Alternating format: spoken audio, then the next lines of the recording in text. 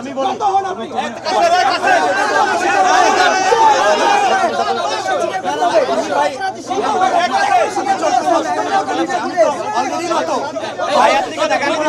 আসসালামু আলাইকুম। আমি আসলে বেশি মানে ছোটই করেই বলি আর কি। সত্যি কথা যেটা সেটা হচ্ছে যে আমি জোরে বলছি মানে এই না যে আমি আপনাদের সঙ্গে বা আপনাদের সঙ্গে ভালোবাসা বা হৃদ্যতার কোনো অভাব আমার কখনো ছিল।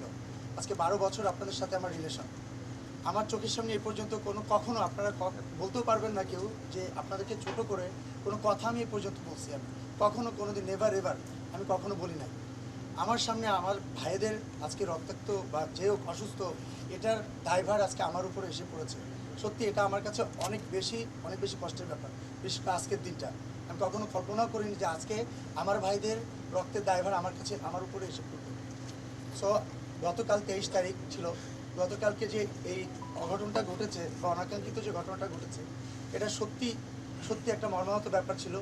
এটার জন্য আমি অন্তরস্থল থেকে অনেক বেশি কষ্ট পেয়েছি এবং এটা আমি আপনাদের কাছে আসলে আমার কোনো ভাষা নাই।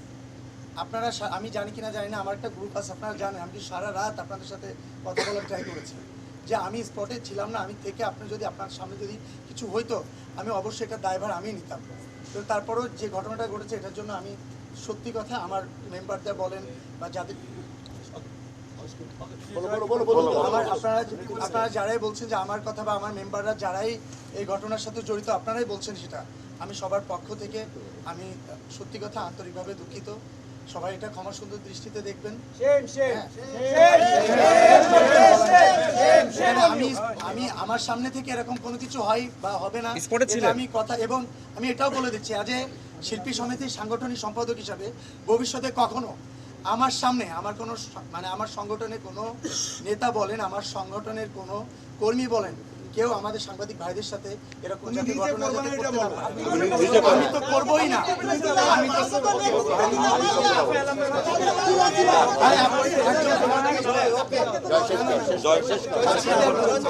আমি বলেছি কিন্তু প্রথমে আমাদের ক্লিয়ার করে নিয়েছি আমার একটা ভাইকে আমি কখনো হাত প্রমাণ দিতে পারবে না, কিন্তু আমার কথা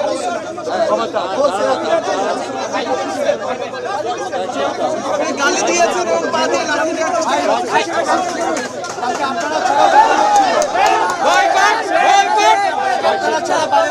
ছিল ভাই। ভবিষ্যতে আমি সহ আমার কোনো কর্মী আপনাদের আমার সাংবাদিক ভাইদের সাথে এরকম যাতে কোনো ঘটনা না ঘটে এটা থেকে সোচ্চার থাকবো আমরা সবাই। আমি করেছি এটা আমাকে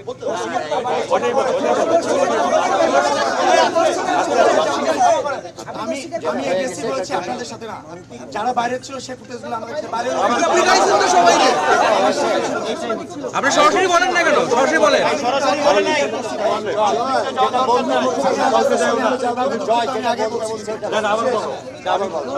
কালকের অনাকাঙ্ক্ষিত ঘটনার জন্য আমি আন্তরিকভাবে দুঃখিত।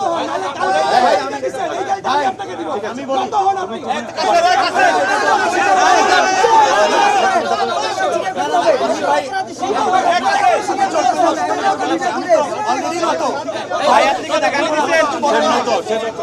তাদেরকে কতটা ভালোবাসি এটা তার কাছে জিজ্ঞেস করি।